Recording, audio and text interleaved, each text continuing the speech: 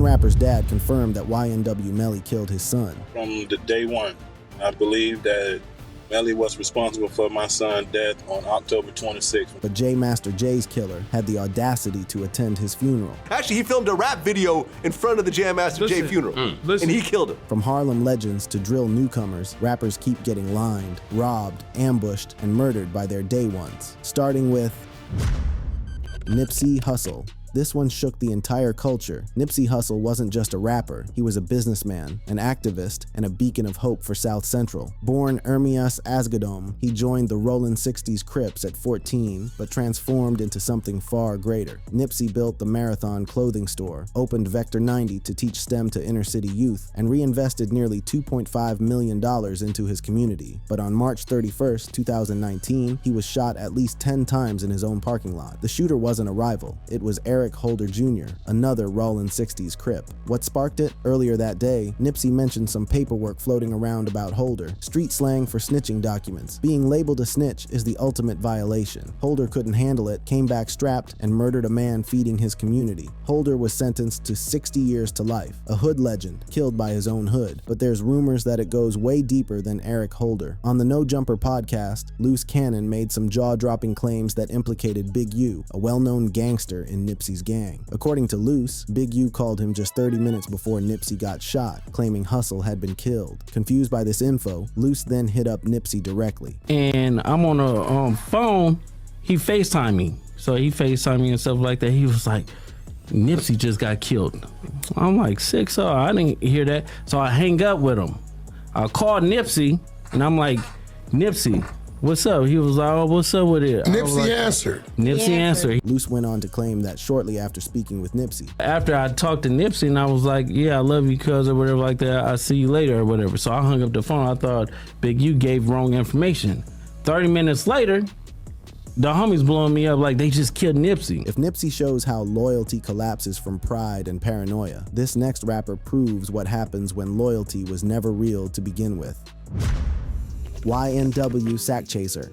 YNW Sack Chaser, born Anthony Williams, wasn't just another member of the YNW collective. He was a founding member who came up from Gifford, Florida, alongside YNW Melly and YNW Juvie. These weren't random affiliates who linked up for clout. They were childhood friends who built the whole YNW brand from the ground up together. But when money started flowing, brotherhood started cracking. Christopher Thomas Sr., Juvie's father, testified that a $500,000 brand deal was supposed to be split among the members, $200,000 each to Melly and Sack Chaser and $100,000 to Juvie. The problem? Melly allegedly wanted to keep more for himself. And as I'm hearing it from Chris, they was going to sell the YNW brand, not a record deal or nothing like that. It was like for the brand itself. And by them being founding members, they was going to get a piece of the pie. Things escalated beyond words just 2 days before Sack Chaser's death. According to Juvie's father, Sack Chaser physically assaulted Melly over the money dispute, knocking out his gold teeth right in front of Melly's girlfriend. You know, you heard things about him and Anthony getting into like altercations about disputes about money over certain situations. And they got in a fight prior to that. And they said, like, you know the story that they say Sack beat him up and knocked his goals out in front of his girlfriend. The beef didn't stop at Melly. It infected his whole family. In an Instagram live video, Melly's mother, Jamie Demons King, claimed Sack Chaser had threatened her with a gun. Oh, you threatened me with your little gun? I got big guns. On October 26, 2018, Sack Chaser and Juvie were both found dead. Melly is currently awaiting retrial for their murders, scheduled for January 2027. A friendship built on dreams ended in bullets, allegedly fired by the same homie who once called them brothers. And long before group chats and Instagram lives, betrayal was already lurking behind studio doors.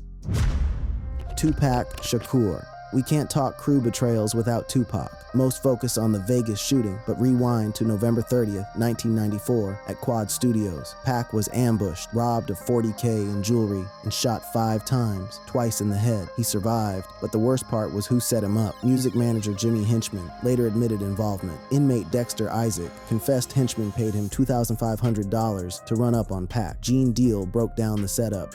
Tupac was there to get robbed. You understand? All right. Tupac was there to get robbed. he owed Jimmy Henchman some money. He was refusing to pay Jimmy Henchman some money. That incident changed Pac, sparked the East-West beef, led him to death row. On September 7, 1996, he was shot 4 times and died 6 days later at 25. Keefe D's trial is delayed until August 2026. Pac's trust being violated set everything in motion. That was the 90s lesson on misplaced trust. The next story proves time doesn't change the outcome, just the players. Lil Wayne.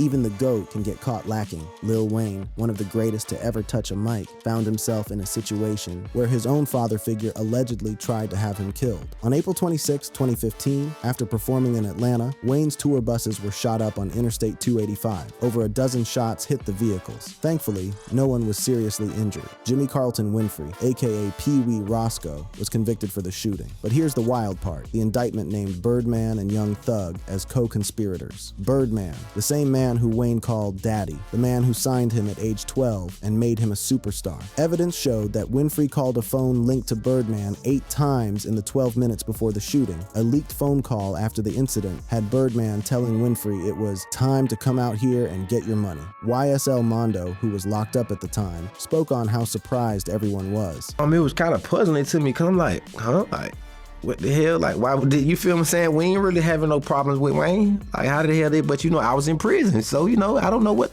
was going on, but it threw me off, because I'm like, huh? Like, we ain't really having no problems with Wayne, like, to the point where it's serious, like, threatening, like, you feel me? Like, all of this stemmed from Wayne's $51 million lawsuit against Cash Money and Birdman over unpaid royalties and the delayed release of Thaw Carter 5. Wayne eventually settled in 2018 for over $10 million and gained full ownership of Young Money. But the fact that shots were fired over business disputes, allegedly ordered by someone Wayne considered family, shows how cold the industry can be. He survived betrayal from above, but not everyone escapes when the threat comes from right beside you. Big L. Big L, born Lamont Coleman, came up on 139th Street during the crack era when the streets were hot as fish grease. Big L wasn't just in the rap game, he was deep in the NFL crew, Niggas for Life, a street organization heavy into drugs and stick-ups. His own brothers were major players in that same crew. L was on the verge of something major. Rockefeller was ready to sign him, and Jay-Z said the deal was basically done. But on February 15th, 1999, he was standing outside his mama's crib when a whip pulled up and somebody let off 9 shots. He was only 24. Here's where it gets grimy. The main suspect? Gerard Woodley, a childhood friend who literally appears on the back cover of Big L's debut album. According to Lou Black's book Ethylene, Big L's brother Big Lee, while locked up, had allegedly put a hit out on Woodley over drug territory beef. When that hit failed, Woodley apparently connected the dots back to L. Cameron claimed L had actually tried to take out Woodley just a week before his own death. Your day one can become your downfall overnight. Big L's downfall came from a day one. This next rapper proves that childhood. Friendships don't survive success either. Bankroll Fresh. Now let's slide to the A, Atlanta, where the trap music was bubbling. Bankroll Fresh, born Trentavious White, was the definition of a hot boy coming up in Zone 3, with tracks like Hot Boy and signed to 2 Chainz' Street Execs label. But sometimes your biggest op ain't from across town. Sometimes it's the cat you've known since you were shorties. That's exactly what happened with Fresh and his childhood homie, No Plug. These two grew up together from about age 10 or 11. But as Fresh's career started popping off, jealousy crept in. Fresh was getting money, getting shine, and apparently getting some of the same females. Now, you and Bankroll Fresh were friends since you were kids. Yeah. Things escalated on March 4th, 2016 at Street Exec Studios. After a scuffle, No Plug left, but came back for his phones. Fresh came outside with a squad deep, strapped with sticks. He came out with this gun and shit happened. You know what I'm saying? When he came out playing with the shit, like just playing with the shit, he fired a shot and shit happened. We pulled off, he ended up dead. That's simple the shit was. Like, over 50 shell casings were found at the scene. Fresh was hit multiple times and pronounced dead at 28. The case was closed in 2018 as self-defense. A childhood friendship ended in gunfire because success can turn brothers into strangers. And sometimes the envy doesn't explode right away. It waits, watches you win, and strikes when you least expect it. Chinks. Speaking of Far Rockaway, we gotta talk about Chinks, the coke boy whose career was on a serious upswing before the streets caught up with him. Born Lionel Pickens, Chinks was French Montana's right-hand man in the Coke Boys collective, dropping heat on the Cocaine Riot mixtape series. On May 17, 2015, around 4 a.m., Chinks was stopped at a red light in his Porsche Panamera when a dark-colored vehicle pulled up and sprayed the driver's side with 17 rounds. He was hit 15 times. His homie Yemen Cheese, riding shotgun, caught 2 shots but survived. Retired hip-hop detective Derek Parker shared his thoughts on the case. But I believe Chinks got set up. There's no doubt about that. You think Chinks got set up to get murdered? Yes. The case went cold for over 2 years until police arrested Quincy Homer and Jamar Hill in December 2017. Both were childhood friends of Chinks from Far Rockaway. The motive, a beef that started back in 2009 when Chinks and Homer got into a fight at Rikers Island. Chinks beat Homer badly, and Homer held that grudge for 6 years while watching Chinks' career take off. The really snake part, after murdering Chinks, Homer showed up to his vigils and funeral wearing an R.I.P. Chinks hat. That's next level grimy behavior. In July 2024, Homer pleaded guilty to first-degree manslaughter and was sentenced to 23 years. But nothing brings back Chinks, whose Welcome to JFK album dropped posthumously and peaked at number 2 on the charts. If childhood grudges can turn deadly, imagine what happens when family and business collide. Jam Master Jay.